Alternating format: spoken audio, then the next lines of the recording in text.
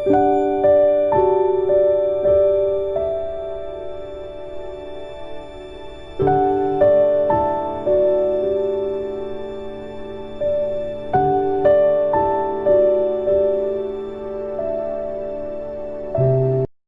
students, in this video I will explain database system architecture, which is of two types, client server architecture of database system and the three schema architecture of database system. Client server architecture of database system is also known as N-tier architecture of database system, and three schema architecture of database system is also known as three-level architecture of database system. In this video, my focus will be on client server architecture of database system, means N-tier architecture of database system. Client server architecture को N-tier architecture भी कहते हैं, and three schema architecture को three level architecture भी कहा जाता है. तो मैं एक इसका आपको ओवरव्यू बता दूं कि कहाँ पर हम किस आर्किटेक्चर को यूज़ करते हैं, जिससे कि बात समझ में आए और आगे जो मैं फर्दर आपको एक्सप्लेनेशन दूं तो आपके अच्छे से समझ में आए. क्लाइंट सर्वर आर्किटेक्चर मीन्स की टियर आर्किटेक्चर की अगर हम बात करते हैं डेटाबेस सिस्टम के, this framework is use to describe how users are connected to the database to get their request done and receive output. Means की क्लाइंट सर्वर आर्किटेक्चर इस बात से कंसर्न होता है कि जो क्लाइंट है, जो क्लाइंट मीन्स की जो रिक्वेस्ट भेज रहा है, क्वेरी कर रहा है, डेटाबेस से डेटा की डिमांड कर रहा है, वो डेटाबेस से किस तरह से कनेक्टेड है. क्या डेटाबेस उसी के सिस्टम पे पड़ा हुआ है, या डेटाबेस किसी और सिस्टम पे पड़ा हुआ है, या डेटाबेस कहीं रिमोट लोकेशन पर सर्वर पर पड़ा हुआ है जहाँ से क्लाइंट अपनी रिक्वेस्ट फुलफिल कर रहा है. तो इस पूरे फ्रेमवर्क पर बेस्ड होता है ये client server architecture of database system. और ये 1-tier architecture, 2-tier architecture, 3-tier architecture, 3 types का होता है. और जो 3 स्कीमा आर्किटेक्चर है, क्योंकि कभी कभी कन्फ्यूज़न होता है कि जब डेटाबेस आर्किटेक्चर की हम बात करते हैं तो कौन सा लिखें, 3 स्कीमा आर्किटेक्चर या क्लाइंट सर्वर आर्किटेक्चर. तो यहाँ पर जो मेन डेटाबेस का आर्किटेक्चर यूज़ होता है 3 schema architecture, which is also known as 3-level architecture. This framework is use to describe the structure of a specific database system. Means की 3 schema architecture structural concept पर based है. Means की इसका जो concern है वो इस बात से है कि how database is stored in the system. Means की physically how data is stored in the database, and conceptually किस तरीके से डेटाबेस को डिज़ाइन किया जा रहा है और यूज़र को उसके किस तरीके से व्यू मिल रहा है. इस पूरे सिनेरियो पर ये फ्रेमवर्क बेस्ड होता है. 3 लेवल्स होते हैं, external level, conceptual level and physical level. तो hope you will understand the basic idea of database system architecture. Now my focus is on client server architecture of database system. Means की 1-tier, 2-tier and 3-tier architecture of database system. यहाँ पर मैंने तीनों का diagram एक साथ बनाया है जिससे कि बात आपको एक साथ समझ में आए. तो first of all we have to understand what we mean by tier. The tier means layer, means how many layers are there between user of the database and the database actually where database is stored. Means we can say database server in 1-tier architecture, the client and database both are resides on the same system. Means the client means user who generate the query. यहाँ पर जो ये 1-tier architecture, 2-tier, 3-tier architecture, ये client server architecture होते हैं बच्चों. Client server architecture पर based होते हैं. तो यहाँ पर ये बात समझनी बहुत ज़रूरी है कि क्लाइंट क्या होता है और सर्वर क्या होता है. क्लाइंट एक ऐसी मशीन होती है जो सर्वर तक रिक्वेस्ट भेजती है, और सर्वर एक ऐसी मशीन होती है जो क्लाइंट की रिक्वेस्ट के अकॉर्डिंग उसको रेस्पॉन्स देती है. अब यहाँ हम बात कर रहे हैं डेटाबेस के सिनेरियो में, तो क्लाइंट कौन हुआ? वो यूज़र जो डेटाबेस की क्वेरी जनरेट करेगा और डेटा की डिमांड करेगा. और सर्वर कौन हुआ? सर्वर हुआ वो मशीन जिस पर डेटाबेस है और वो क्लाइंट की रिक्वेस्ट के अकॉर्डिंग रेस्पॉन्स करेगा, उसको डेटा सेंड करेगा. तो बात समझ में आ गई होगी. अब बात ये आती है 1-tier आर्किटेक्चर का मतलब है कि जो आपका क्लाइंट है मीन्स यूज़र, यानी यूज़र का जो एप्लीकेशन प्रोग्राम है वो, या DBMS और डेटाबेस, दोनों चीज़ें एक सेम मशीन पर है, एक सेम PC पर है, अपने पर्सनल कंप्यूटर पे, जहाँ पर क्लाइंट डायरेक्ट बैठकर DBMS के थ्रू डेटाबेस को एक्सेस कर रहा है या एप्लीकेशन प्रोग्राम के थ्रू डेटाबेस को एक्सेस कर रहा है। और इसका सीधा सीधा सिंपल एग्जांपल हो सकता है एप्लीकेशन प्रोग्रामर और जब आप SQL पर प्रैक्टिस करेंगे, क्वेरीज चलाएंगे, तो आपको एक सिस्टम दिया जाएगा जिस पर आप RDBMS को इंस्टॉल करके डायरेक्ट उसमें क्वेरीज रन करेंगे और डायरेक्ट डेटाबेस को एक्सेस करेंगे। तो वहाँ पर आप सेम मशीन का यूज़ कर रहे हैं, आप ही क्लाइंट हो, आप ही यूज़र हो और आप ही डेटाबेस को यूज़ कर रहे हो डायरेक्ट उसी मशीन पर, किसी रिमोट लोकेशन से आप डेटाबेस एक्सेस नहीं कर रहे हो। तो that architecture is called one tier architecture. Do you understand this thing? तो वन टीयर आर्किटेक्चर का यूज़ कब होता है, कहाँ होता है कि जब कोई प्रोग्रामर प्रोग्राम डेवलप कर रहा होता है, डेटाबेस डिज़ाइन करके, डेटाबेस का यूज़ करके एप्लीकेशन प्रोग्राम डेवलप करता है। जैसा कि आप फाइनल ईयर के स्टूडेंट हैं, तो आप फाइनल ईयर में अपना प्रोजेक्ट बनाएंगे, तो आप अपने सिस्टम पर डेटाबेस भी क्रिएट करेंगे, इंटरफेस भी क्रिएट करेंगे। वहाँ पर आप सिंगल टीयर आर्किटेक्चर यूज़ कर रहे हैं। या फिर अगर आप अपने जब SQL सीखेंगे तो आप SQL सर्वर या MySQL को सिस्टम पर इंस्टॉल करके उसमें क्वेरी रन करेंगे, तब भी आप सिंगल टीयर आर्किटेक्चर का ही यूज़ कर रहे होंगे। तो ये बात आपको समझ में आ गई होगी। बच्चों, एक बात बहुत इम्पोर्टेंट है समझनी कि ये इतना इम्पोर्टेंट टॉपिक क्यों है। ये इतना इम्पोर्टेंट टॉपिक इसलिए है कि एक तो होता है फ्रंट एंड और एक होता है बैक एंड। चूँकि आप बिल्कुल बिगनर्स हो डेटाबेस मैनेजमेंट के लिए और आप फर्स्ट टाइम डेटाबेस मैनेजमेंट पढ़ रहे हैं अपने सिलेबस में, तो ये बात जाननी बहुत ज़रूरी है कि फ्रंट एंड का मतलब होता है कि यूज़र का इंटरफेस, जहाँ से यूज़र डेटा फीड कर रहा है। जैसे कि फॉर एग्जांपल अगर आप कोई वेब एप्लीकेशन देखें, कोई भी एप्लीकेशन देखें जिसमें आपसे आपकी इन्फॉर्मेशन मांगी गई है, जैसे यूनिवर्सिटी के रजिस्ट्रेशन फॉर्म पर आप लॉगिन करके अपनी सारी एंट्रीज फिल कर रहे हैं और सबमिट कर रहे हैं, तो वहाँ पर आप क्या कर रहे हैं कि इंटरफेस यूज़ कर रहे हैं जो यूनिवर्सिटी की साइट ने आपको प्रोवाइड किया है कि आप अपनी इन्फॉर्मेशन फिल करके सबमिट कर पाएँ। तो यहाँ पर ये फ्रंट एंड हुआ जहाँ पर यूज़र डायरेक्ट इंटरेक्ट हो रहा है इंटरफेस से। और एक होता है बैक एंड। बैक एंड का मतलब डेटाबेस, जहाँ पर डेटाबेस स्टोर होता है। मीन्स की डेटाबेस एक्चुअली कहीं भी स्टोर है, यूज़र को ये बात पता होने की ज़रूरत नहीं है कि डेटाबेस कहाँ स्टोर है। That is front end and back and. Means कि जैसे पहले आपने सी में प्रोग्राम बनाए थे जहाँ पे आप फाइल सिस्टम का यूज़ करते थे, फ्लैट फाइल सिस्टम का यूज़ करते थे, जिसमें कि आप स्ट्रक्चर बनाते थे, फिर फाइल का पॉइंटर बनाते थे, फाइल के पॉइंटर से फाइल को ओपन करते थे, उसके बाद डेटा इनपुट करते थे, रीड करते थे, राइट करते थे, हर तरीके से अलग अलग फाइल बन जाती थी, फिर पॉइंटर को उसको क्लोज करते थे। तो इस तरीके से आप फाइल जनरेट करते थे। और एक डेटाबेस एप्लीकेशन वहाँ भी बनती थी आपकी, जिसमें फाइल बनती थी, जो फ्लैट फाइल सिस्टम यूज़ करता था। तो वो DBMS का पार्ट नहीं था, सिंपल आपकी फाइल बन जाती थी जो डेटाबेस फाइल की तरीके से यूज़ होती थी।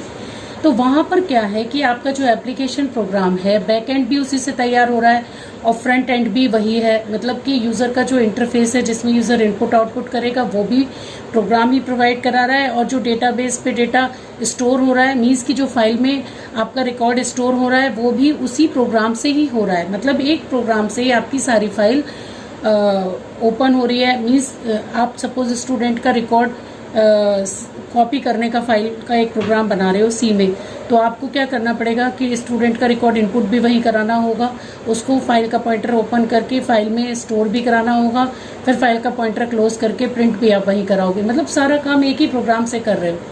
तो यहाँ पर आप फाइल को शेयर नहीं कर सकते, उसमें अगेन एंड अगेन अलग अलग प्रोग्राम के साथ यूज़ नहीं कर सकते। तो यहाँ ये प्रॉब्लम आती है। लेकिन अगर यहाँ पर जो टीयर आर्किटेक्चर्स हैं, इसमें क्या सोचा गया है कि जो फ्रंट एंड है उसको बैक एंड से सेपरेट कर दो। मीन्स कि फ्रंट एंड जो है वो एप्लीकेशन प्रोग्राम हो और उसका इंटरफेस हो जिस पर यूज़र काम करे, और बैक एंड पे डेटा पड़ा हो। फ्रंट एंड को जब ज़रूरत पड़े तब वो बैक एंड से डेटा रिट्रीव कर ले, किसके थ्रू? क्वेरीज के थ्रू, जो एप्लीकेशन प्रोग्राम के थ्रू हो। अब वो किसी भी तरीके से आप किसी भी लैंग्वेज में किया जा सकता है, जैसे HTML या जावा, JSP, ASP, आप PHP, विजुअल बेसिक, किसी भी लैंग्वेज का उसमें यूज़ किया जा सकता है। तो ये एक मैंने इंट्रो के लिए, एक समझने के लिए आपको ये बात बताई। अब हम आते हैं 2 टीयर आर्किटेक्चर पर। तो 2 टीयर आर्किटेक्चर बिल्कुल क्लाइंट सर्वर आर्किटेक्चर जैसा होता है, जिसमें क्लाइंट होते हैं जो डेटाबेस सर्वर से रिक्वेस्ट करते हैं, मीन्स कि डेटाबेस से डेटा की रिक्वेस्ट करते हैं, और जो क्लाइंट मशीन होती है उस पर इंटरफेस होता है, यूज़र का इंटरफेस होता है, जिसमें यूज़र इनपुट आउटपुट करेगा, अपनी डेटा को रीड एंड राइट करेगा, मीन्स की डेटा की रिक्वेस्ट करेगा।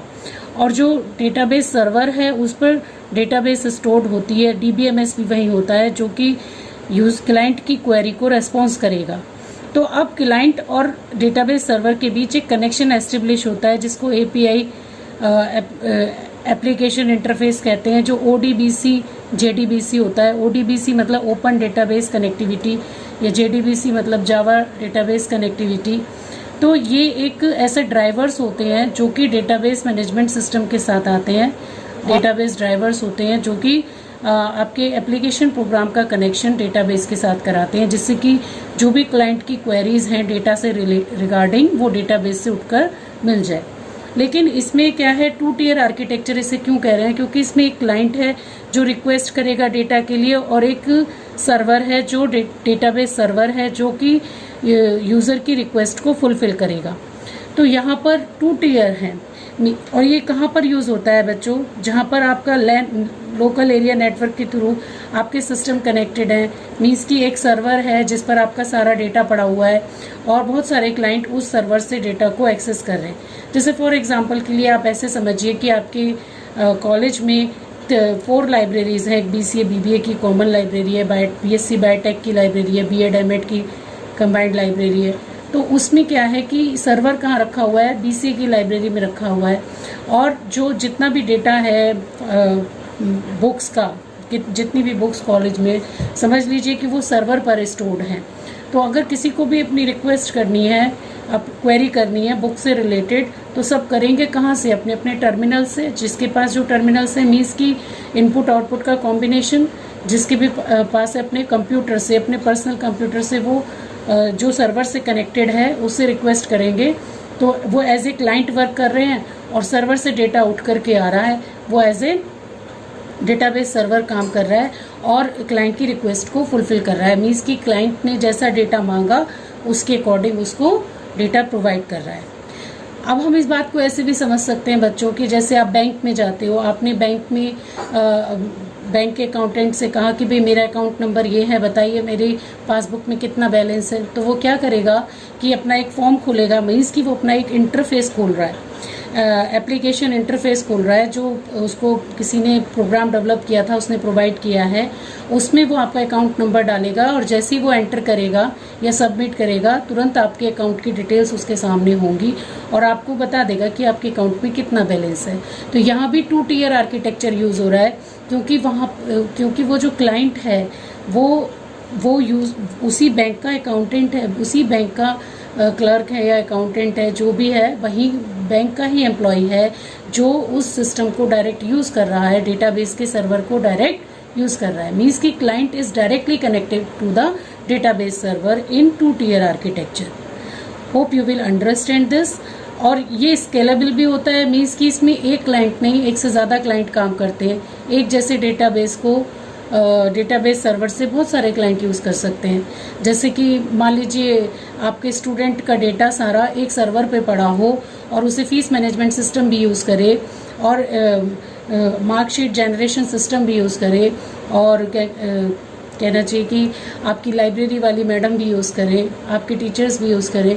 तो क्या होगा कि वो डेटा अलग अलग सिस्टम से यूज़ किया जा रहा है। तो that architecture is 2 tier architecture, जिसमें क्लाइंट डायरेक्ट आपके सर्वर से कनेक्टेड है और डेटा को एक्सेस कर रहा है। इसका मतलब कि जो क्लाइंट है वो एक अलग मशीन है और सर्वर एक अलग मशीन है। डेटाबेस जो है वो आपकी फिजिकली डेटाबेस सर्वर पर स्टोर्ड है, डीबीएमएस भी डेटाबेस सर्वर पर ही इंस्टॉल्ड है, और जो एप्लीकेशन प्रोग्राम है जिसके थ्रू यूज़र इंटरफेस कर रहा है वो क्लाइंट की मशीन पर इंस्टॉल्ड है, और क्लाइंट की मशीन का कनेक्शन एस्टेब्लिश होता है डेटाबेस सर्वर के साथ ओडीबीसी जेडीबीसी ड्राइवर्स के थ्रू, जिससे कि क्लाइंट डेटाबेस से रिक्वेस्ट करता है डेटा की, और डेटाबेस सर्वर पर जो पड़ा हुआ डीबीएमएस है उस क्वेरी को एग्जीक्यूट करके डेटाबेस से जो डेटा उस क्वेरी के रिजल्ट में आता है वो वापस प्रोवाइड कर देता है किसको, क्लाइंट को। तो बात समझ में आ गई होगी बच्चों। अब बात आती है किसकी, 3 टियर आर्किटेक्चर की। 3 tier architecture is the most important architecture which is used mostly in the web applications. आजकल आपने देखा होगा वेब एप्लीकेशंस जो है वो हर चीज़ की बन गई हैं और फैसिलिटेट हो गई है। सभी यूज़र्स को सारा डेटा उनके एक मोबाइल पर अवेलेबल है सारी बात। तो जैसे कि फॉर एग्जांपल कि अगर आप किसी बैंक में अपना अकाउंट चेक करना चाहते हैं तो आप अपने मोबाइल से भी चेक कर पाते हैं अब। जिसे मान लीजिए आपको रेलवे रिजर्वेशन कराना है, कहीं जाना है, तो आप रेलवे की वेबसाइट पर जा कर के डायरेक्ट वहाँ पर रिजर्वेशन करा सकते हैं। ये कॉम्पिटिटिव एग्ज़ाम का फॉर्म फिल कर रहे हैं तो आप कॉम्पिटिटिव एग्ज़ाम का फॉर्म फिल करने के लिए अब आपको पहले की तरह फॉर्म फिल करके पोस्ट करने की ज़रूरत नहीं है, कहीं और जा कर के फॉर्म फिल कराने की ज़रूरत नहीं है। आपको डायरेक्ट आप अपनी सिस्टम से या अपने लैपटॉप से, अपने पीसी से, अपने मोबाइल से वेब एप्लीकेशन के थ्रू डायरेक्ट आप अपना एग्ज़ाम फॉर्म भर देते हैं। इसी तरीके से आप यूनिवर्सिटी की साइट पर अगर रजिस्ट्रेशन कराना चाहें तो आप साइट खोलकर अपने ही मोबाइल से साइट पर रजिस्ट्रेशन करा सकते हैं।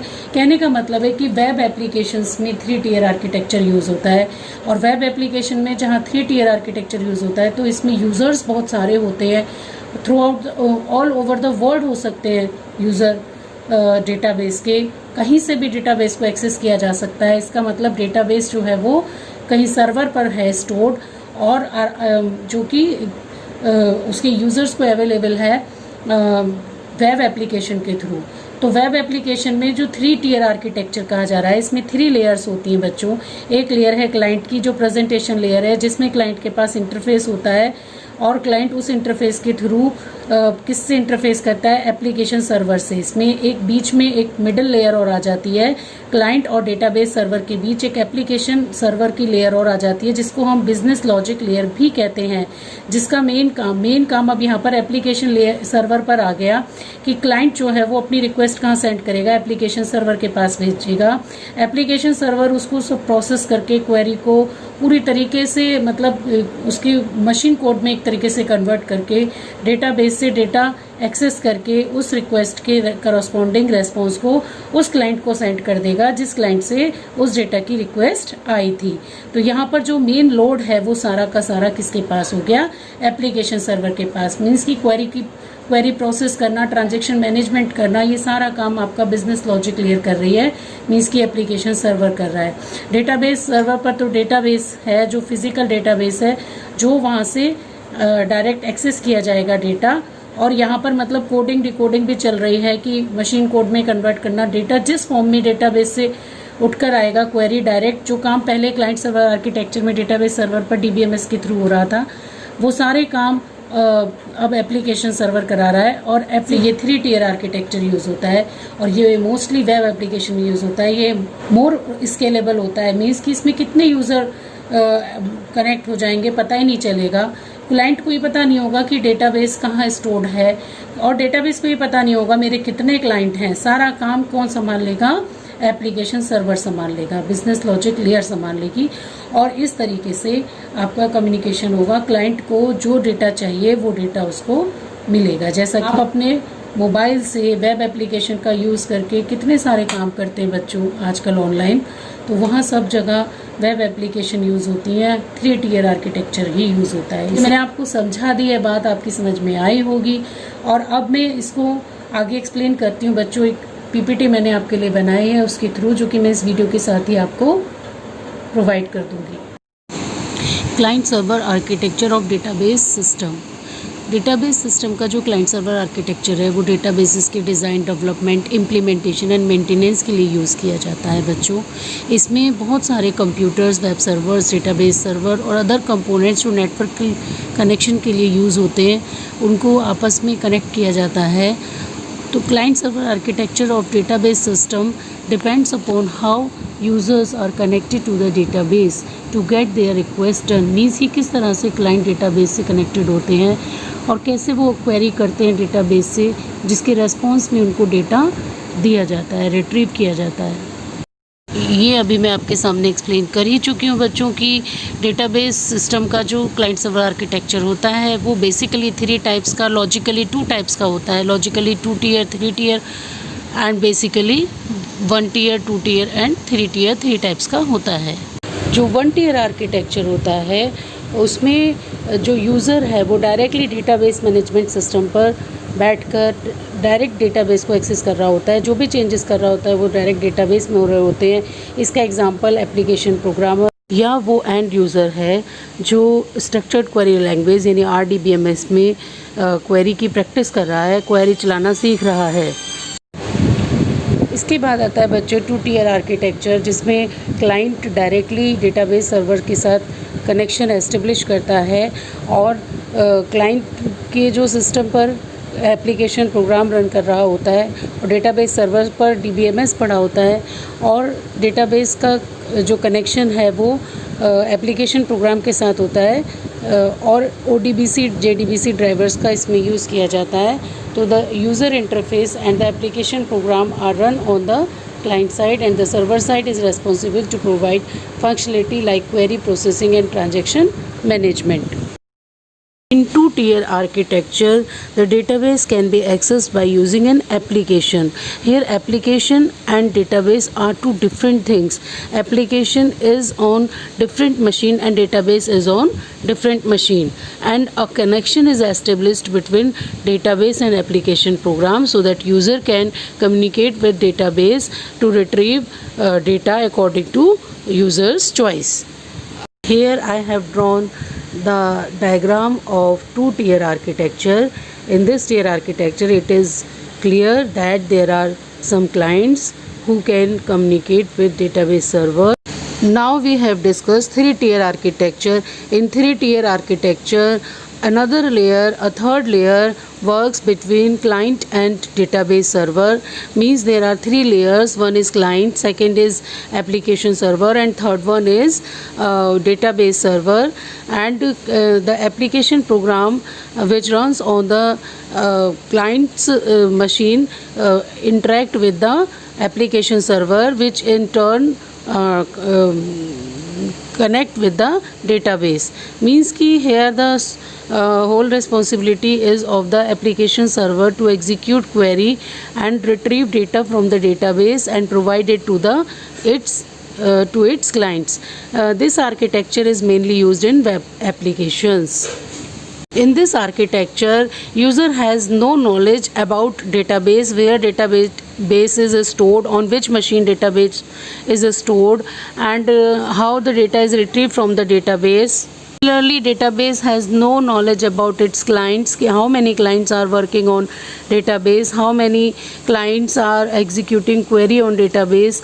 The whole responsibility is of application server, which is the middle layer, which is also known as business logic layer. In 3-tier architecture, 3 layers works. First is users layer, which is also known as presentation layer. Second one is application server layer, which is also known as business logic layer. It is also known as middle layer, middle tier. And the third one is database layer. In this architecture, application server is directly communicate with the client and database server. Client sends request to the application server, which in turn execute client's query on database and retrieve results and assign them to the client as a result. हाँ, हमने client server architecture of database system को detail में पढ़ा। 3 schema architecture of database हम बाद में पढ़ेंगे detail में। Hope you will understand this.